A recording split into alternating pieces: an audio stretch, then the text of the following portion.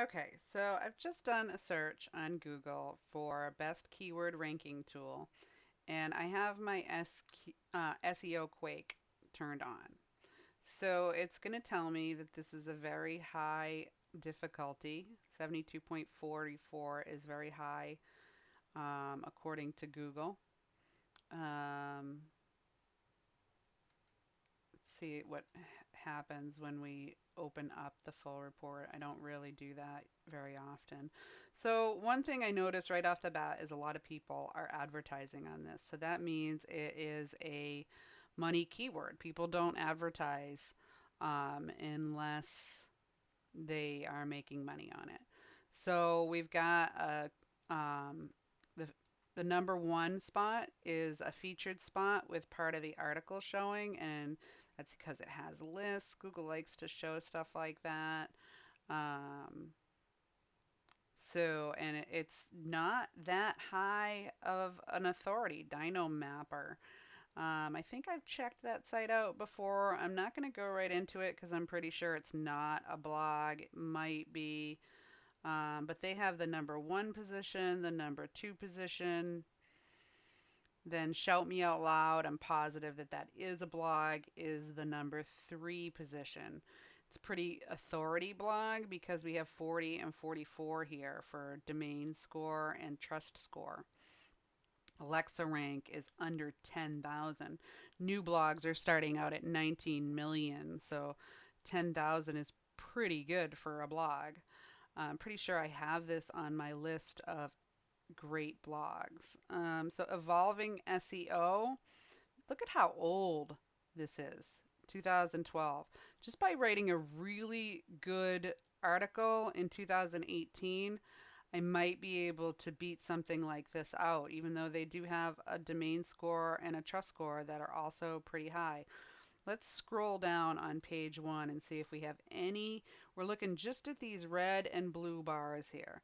So I'm using the scroll bar. You probably can't see when I come over here because I think I'm off the recording screen, but I'm just scrolling through page one of Google and seeing if there's anything that looks like it's an easy hit. And there really is not a lot for this. This looks pretty locked up.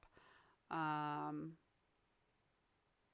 Except for those, those top two. I mean, I see that one weakness there, that one is pretty old. And look at this one from WordStream. I mean, WordStream is very authority. Um, they're going for best keyword ranking tools. And it's a 2009 article. And that one doesn't say it was updated. This one, I mean, right here, it says it was updated in 2017, which is still almost a year ago. So, yeah, we've got, I mean, there's a possibility that you could get this. It's a really tough one though. So let's check out the first blog that we know is a blog, and that is this. Actually, I'm going to go for this one, Evolving SEO. You know why? Because it's got this one's got almost 50 for domain score and trust score, and I want to go. I want to look at one that's a little bit weaker. So I'm going to open this up in a new tab. Oh, and here is, see, yeah, if I do any searches on SEM Rush, I can't do them anymore because I've used up my free ones. I think you get so many a month, so that may renew. And this actually, I've noticed that it says I get 10 extra requests if I fill out the form. But I'm not going to do that right now because I really it's not necessary. There's information and then there's too much information. So this Evolving SEO is definitely a blog. Maybe the front page, there it is more of a website, but they have their blog posts arranged by date. That's interesting. I don't usually put the date in because I put the date in my blog like this it says, but not in my URL. Just makes a much longer URL. So this looks like a pretty long blog with lots of information. Oh my gosh, it must be every SEO tool that's out there. And then a lot of comments. 2014 looks to be the most recent. Oh, they're not arranged by recent. Oh, maybe they are. So this goes all the way. So 2014 is the most recent, and then it's 15, 16. So 17 might be at the end. Let's just see. Yeah, so he updated this and got a couple of more comments. Nothing shabby. It's definitely something that's probably been in the top rankings for a long time. He probably noticed it wasn't getting as much traffic, and so he gave it an update, which gave it a boost. So, yeah, this is a great little blog. Um, what can we learn about it? We can see again, we already, well, all right, so this is 686,000 Alexa ranks. So that's anything below a million is a pretty good site. It's like, I think I already said that new blogs are starting out. Well, they really start out with no Alexa ranking. And then when they start ranking, they usually start out around 19 million. So, yeah, that's pretty good. So you're going to be able to go through most of this and see, he's active on Facebook. Um, he's got a few pins on Pinterest, but definitely that's not his focus. Not doing anything with Google Plus, LinkedIn, nothing with his domain there. He might have a personal account. Google Index, that's a really low number. That's great. Yeah, this is, 3,930 for Yahoo Index, Bing Enter. These are all really low. So he's been around since 2009. Oh, yep. Lots of information, right? So he's only got, this is really something, only got 37 backlinks. Now, let's say I want to just go right into, I want to compare this guy with my website. So I've got an internal link here. So he probably only has 37 backlinks to that page. So let's take his whole end of his website off, and I'm going to put in my website. And this is the domain I told Google and all the search engines I want the HTTPS without the www.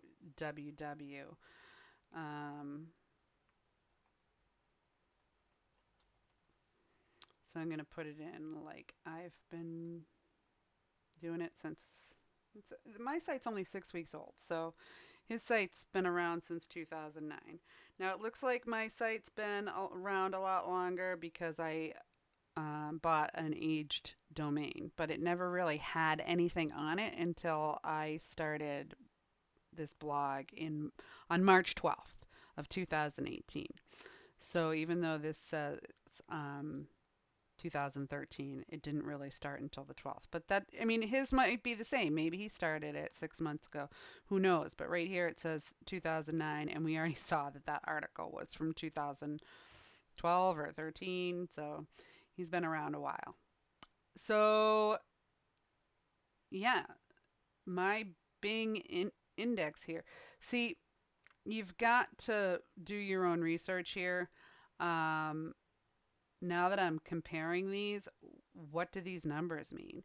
Like, what's better, lower or higher? I don't know on a Bing index. I thought they were all like Alexa ranking, but how can I be so much lower than he is? That doesn't even make any sense. And how can this be equal? That doesn't make any sense either. So I would have to go on and do some research about that. I've actually never compared myself to someone and seen that I was lower than them. Maybe something weird's happening and I'm, jumping up there in the rankings. But look at his SEM Rush rank. That's a lot lower than mine at 4 million. And this is where I'm struggling is with SEM Rush. That domain score and trust score, mine is still a 1 and a 0. So that's why I'm keeping my eye on these and trying to figure it out. If ever you see this little arrow, give clicking on it a try and see if that gets you somewhere. See up front, think we were only seeing that he had 37 backlinks because we were on a page. He has a lot more than that. So about 3 times what I have. So I'd have to work on getting backlinks, and then subdomain backlinks. That's to everything here. He's got a ton more than I do going to internal pages. So, 6 or 7, even 8 times, not even, probably about 7 times what I have. So, but like I said, I've only been doing this for about 6 weeks. So, I'm working on these things, and being able to compare them is great too. So from here, I don't have any menu lists. I know at some points in these, oh, I'm going to go back to SQ, and I'm going to go to diagnosis. So now, see how here I didn't have any menu? This is actually not a web page. It's the extension that I downloaded, SeoQuake. So you can see in the address bar that it says Moz extension. Moz is who makes the extension, and this actually is on my browser. But from there, I didn't have any menu items. From here, I do.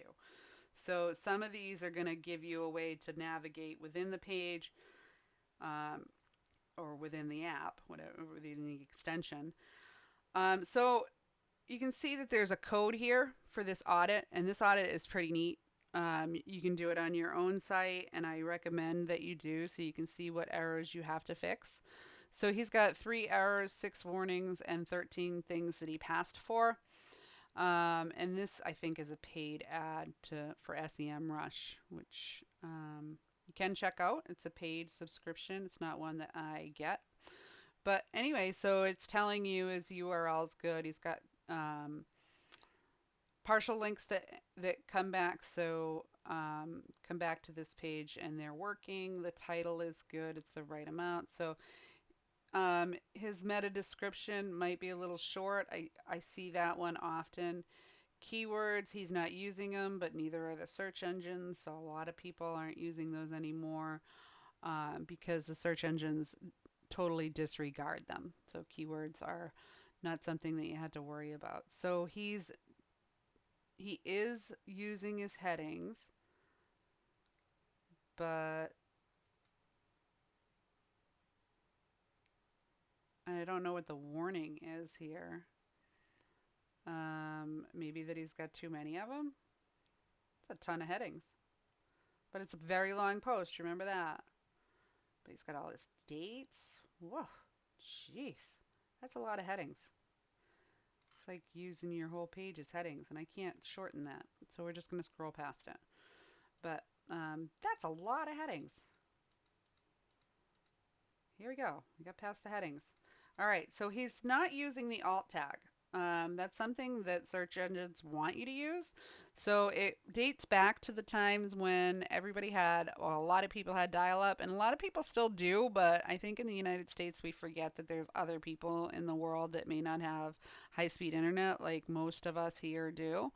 Even I live in a very small town, and we even have high-speed internet here in town. If I lived out in the village, I wouldn't be able to get it. So that's why I do live in town. But so the alt tag is alternative. It's short for alternative. So back when people used to browse with no pictures because they had a slow internet, and maybe some people still do browse without pictures, you would at least be able to see what that picture was representing. So you really want to have a good description of what is in that picture for that reason. And we used to be told that people that were blind use alt images and can have their computer speak them the words. So, but I'm not really sure if that is really happening. So this is interesting. I've seen 20% be called good, and this guy's got almost 37% text to HTML ratio, and he's saying add more text. So that's interesting. Um, frames are, it says this is always a warning that frames are used, but that's okay as long as they're used properly. Search engines don't like Flash, they never did. People that liked using Flash on their website, I never understood that because it's really hard to rank in the search engines. So he's just got some warnings here on these micro formats and schema, not something that he's working with. Um, he is using these other two. Let's see what his other warnings are. This one always comes up. Nobody's doing that, at least not in blogs. And he doesn't have a favicon, so or a favicon, whatever you want to call it. And that's just the little thing up in the browser tab. Like, see how Google has the Google, and Jaxie has this. It's something. I mean, I don't know how much search engines care about that either. So really, not a lot. Even though this, 3 errors, 6 warnings, it's mostly set up correctly. The important things are there.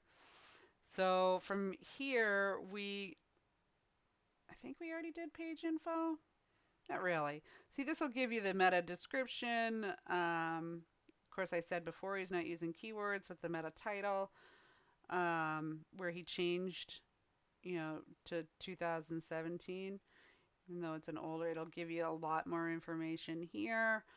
And I think that this has an easy way to print it. Yeah, you can print the whole thing. So if it was your website, or if you wanted to compare a couple, or if you wanted, so this is really interesting, especially if you're going to analyze your own website. You can go to the page that you want to analyze and see what the keyword density is.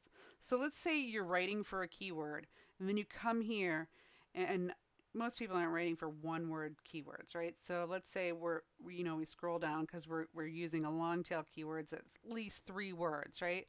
So you want to make sure that the keyword that we're writing for is repeated at least a couple of times. Like, you don't want to keep repeating the same word over and over, but you want to make sure that you are putting your keyword in there with some, keyword density is the, you want to have your keyword in your keyword rich thing so you get ranked for what you're writing for. You do all this keyword research if you never mention it in the article, or if you actually look here and you see, hey, I thought I was writing about this, but I'm actually writing about something else, and this will tell you by what you continue to write about. So he repeats some 4-word phrases 34 times in this article. That is just um, amazing that anybody can do that. I didn't read the article, but a lot of interesting things that you can learn. Internal links versus external links. You can see their linking habits, how much no follow they do. So he's got 56 internal links on this one page. And like I said, it is a long post, but we can also see what he's not following. So if I just click on this, it's going to show what he's not.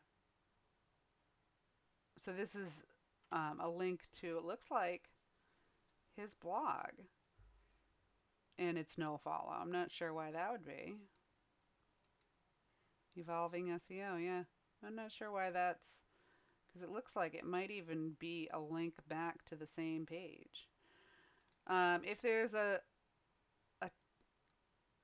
like, obviously this says that you're not going to get that, but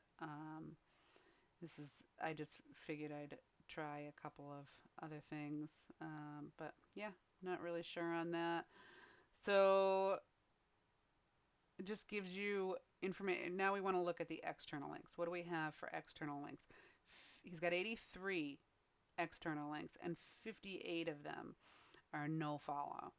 So let's see what, oh no, he's got 141, and 58 of them are no follow, and 83 of them are follow. Curious to see what those are.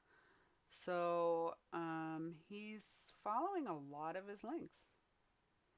That's interesting.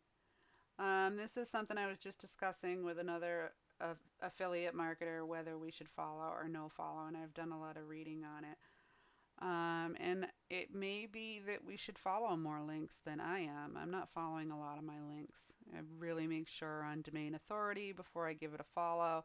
And if you have any way, if it's an affiliate link, if you make money off of it at all, if somebody paid you for that link, or you make money from the click, or it links to a low authority website, you should no follow that link. It's a way to disavow the link and say, I'm linking, but I don't want you to penalize me because this is not the greatest site or I make money for it. One of those two reasons. Not the greatest site or I make money for it. So it can be the greatest site in the world, but if you make $1 because, or any amount of money because somebody clicks on the link, no follow it. So anyway, we already did density. I think that was just down the bottom of one of the pages though. So you can actually here, I think you can, I thought you could, oh yeah. So you can skip right to these. No, just tells you how many of them there are. So, oh yeah, here. So that'll bring us right down to the 4. So it's a menu in the side. So that's a nice little shortcut there because most people aren't interested with keywords that are 1 and 2 words. So, and then you can compare domains, and we already did that in the beginning. So that's pretty much it for SeoQuake. Hope you enjoyed this video.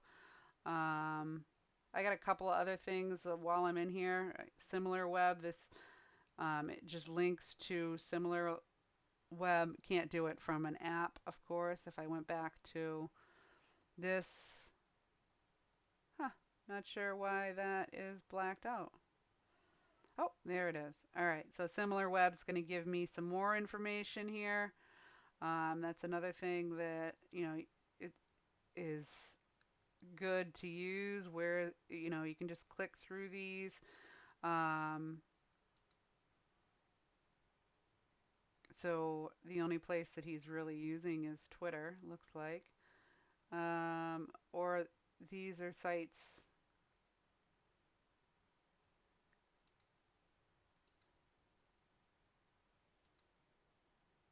Yeah.